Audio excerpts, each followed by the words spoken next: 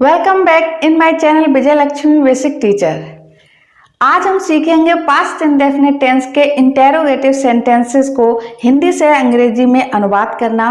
इससे पहले हम पास्ट इंडेफिनिट टेंस के निगेटिव सेंटेंसेस यानी नकारात्मक वाक्यों को हिंदी से अंग्रेजी में अनुवाद करना सीख चुके हैं।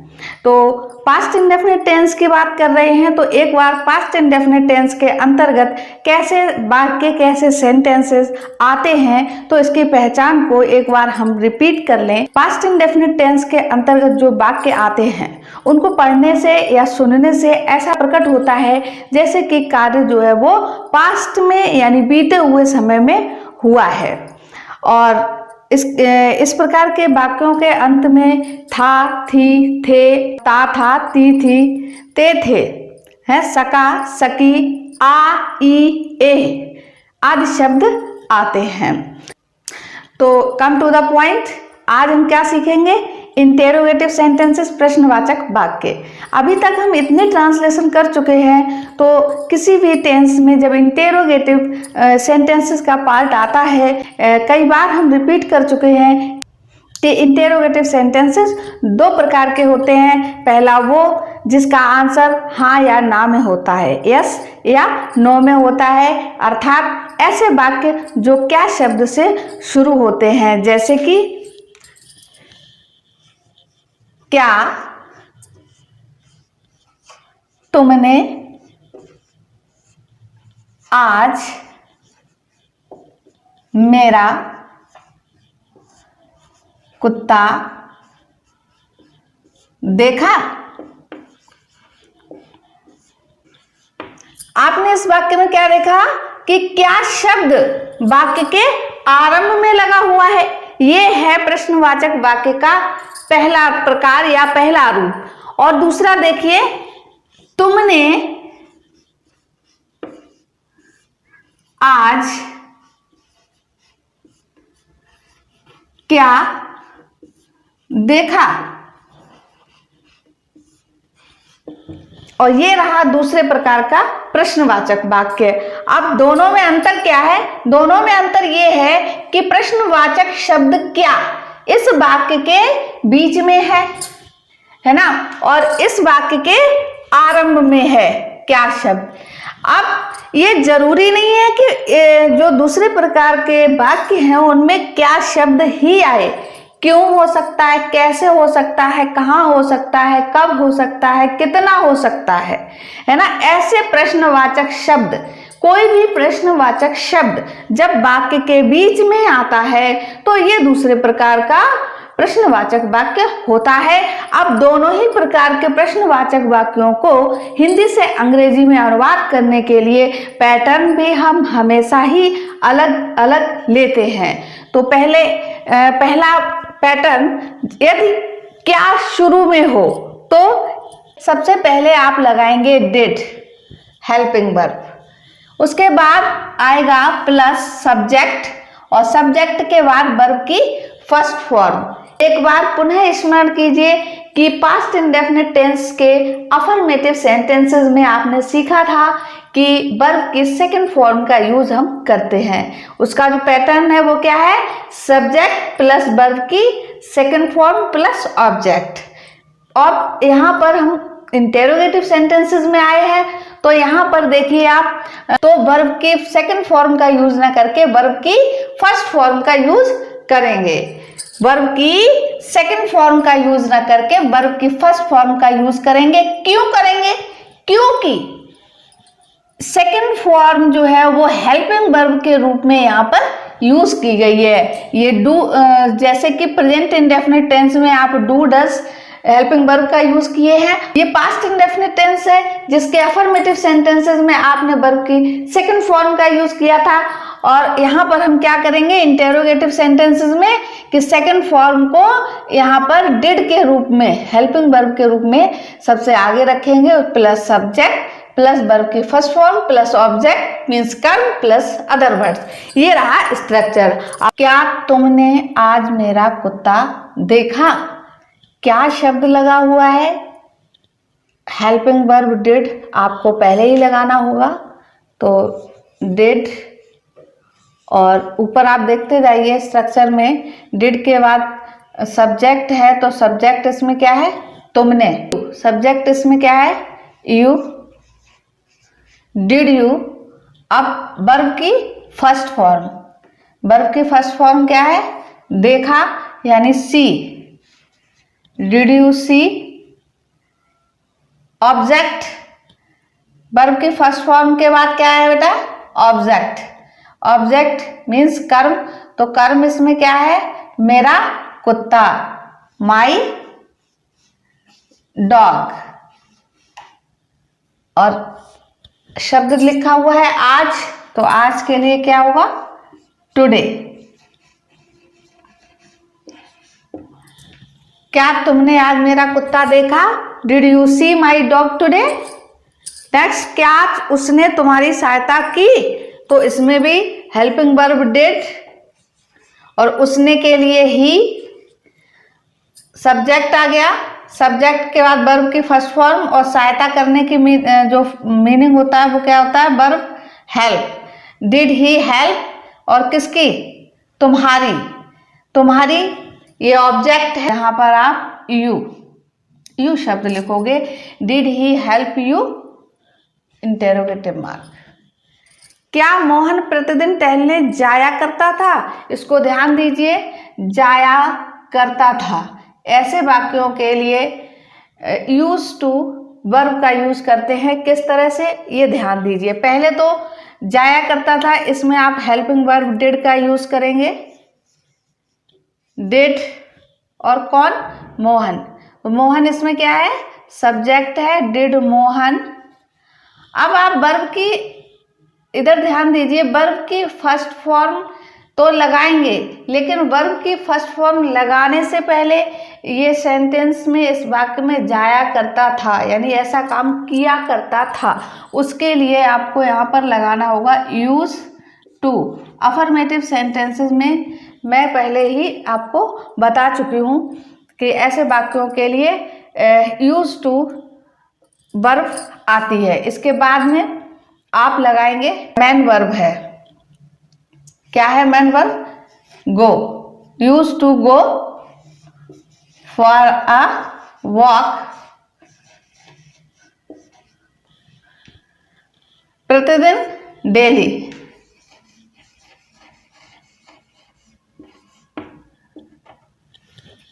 Did Mohan use to go for a walk daily. देखिए, क्या उन्होंने धूम्रपान कभी नहीं किया, तो सबसे पहले तो आप डिड लगाइए, डिड, और उन्होंने, दे, डिड दे। अब ध्यान दीजिए, इसमें शब्द लिखा हुआ है कभी नहीं। पास्ट इंडेफिनिट टेंस के नेगेटिव सेंटेंसेस में हमने सीखा था, यदि वाक्य में कभी नहीं शब्द आता है तो नेवर हेल्पिंग वर्ब का यूज करते हुए वर्ब की सेकंड फॉर्म का यूज करेंगे, परंतु इंटेरोगेटिव सेंटेंसेस यानी प्रश्नवाचक वाक्यों में ऐसा नहीं होगा। नेवर वर्ड का भी यूज होगा और वर्ब की फर्स्ट फॉर्म का भी यूज होगा। क्यों होगा, क्योंकि आप वर्ब की सेकंड फॉर्म जो है वो डिड के रूप में ऑलरेडी लगा चुके हैं। इंटेरोगेटिव सेंटेंसेस में आप हेल्पिंग वर्ब डिड यूज कर रहे हैं, इसलिए यहां पर नेवर का यूज करने के बाद भी, नेवर वर्ड का यूज करने के बाद भी वर्ब की फर्स्ट फॉर्म का यूज किया जाएगा। Did they never smoke. Next sentence देखिए, क्या वे मैच नहीं जीत सके, तो यहां पर देखिए सके शब्द लगा हुआ है, इसके लिए आप हेल्पिंग वर्ब कुड, यहां पर डिड की जगह पर आप क्या लिखोगे, कुड। मैंने इसमें इस तरह के सेंटेंस इसीलिए रखे हैं ताकि आप एक स्ट्रक्चर के आधार पर सारे ट्रांसलेशन कैसे करेंगे, है ना। तो यहाँ पर सके शब्द लगा हुआ है, तो यहाँ पर आप डिड की जगह पर आपने क्या हेल्पिंग वर्ब लगाई, could. They win the match. ध्यान दीजिए, सके के लिए डिड की जगह पर आपने कुड हेल्पिंग वर्ब का यूज किया है, और वे सब्जेक्ट है तो दे, और वर्ब की फर्स्ट फॉर्म विन, जीतने के लिए, जीतने का वर्ब, जीतने का मीनिंग क्या है, विन। तो वर्ब की फर्स्ट फॉर्म का यूज करा है। क्यों करा है? क्योंकि सेकंड फॉर्म कुड के रूप में आपने यूज कर रखी है। कैन की सेकंड फॉर्म कुड होती है, यानी आपको यह समझना है कि सेकंड फॉर्म का यूज तो होना ही है।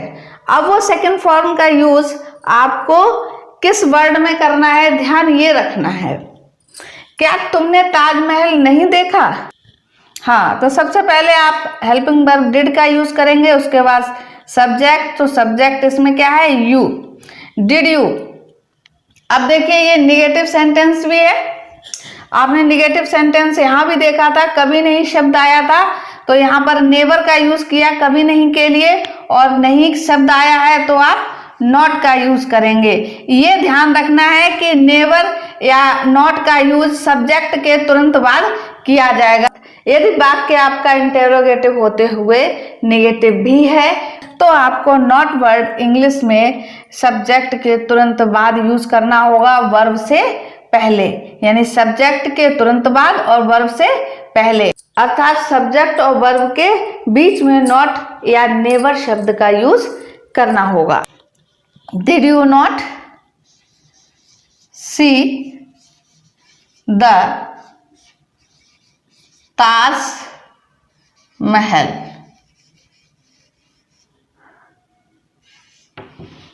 तो इस प्रकार से ये क्या से शुरू होने वाले वाक्य हैं। तुमने आज क्या देखा? इस वाक्य में प्रश्नवाचक शब्द बीच में है, और ऐसे वाक्यों का हिंदी से अंग्रेजी में अनुवाद करने के लिए स्ट्रक्चर देखिए। इंटेरोगेटिव वर्ड यानी प्रश्नवाचक शब्द की अंग्रेजी आप सबसे पहले बनाएंगे, जैसे कि क्या, क्या की इंग्लिश क्या है, व्हाट, और व्हाट यानी इंटेरोगेटिव वर्ड आपने लिख दिया। अब इसके बाद देखिए आप डिड, सब्जेक्ट, वर्ब की first form, object, other words, तो सेम पूरा स्ट्रक्चर यही है इसमें। तो इसको आप आगे ट्रांसलेट कीजिए इसी तरह से। डिड हेल्पिंग वर्ब लगानी है आपको, और subject you, what did you, और वर्ब की first form see today. What did you see today? अध्यापक उसे रोज क्यों पीटता था? तो इसमें इंटेरोगेटिव वर्ड क्या है, क्यों, तो इसकी इंग्लिश आप पहले बनाइए। Why did teacher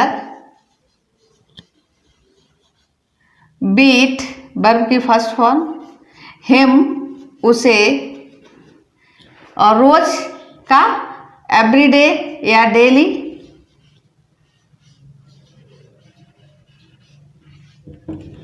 Why did teacher beat him every day? Next, मैंने तुमसे पैसे कब मांगे? कब प्रश्नवाचक शब्द है, इसकी अंग्रेजी लिखिए आप। When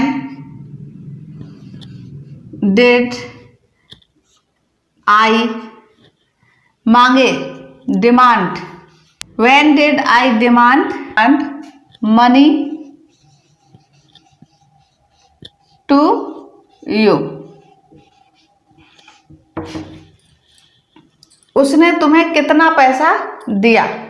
उसने तुम्हें कितना पैसा दिया? तो यहां पर देखिए इंटेरोगेटिव वर्ड पैसा शब्द को इंक्लूड करते हुए लिखा जाएगा, जैसे कितना का क्या होगा, हाउ मच। कितना शब्द का जो वर्ड मीनिंग है वो है हाउ मच, और धन है इसलिए हाउ मच आएगा यहाँ पर, और पैसा का मीनिंग भी साथ में होगा, तो हाउ मच मनी डिड, उसने, he, how much money did he, और दिया, गिव यू।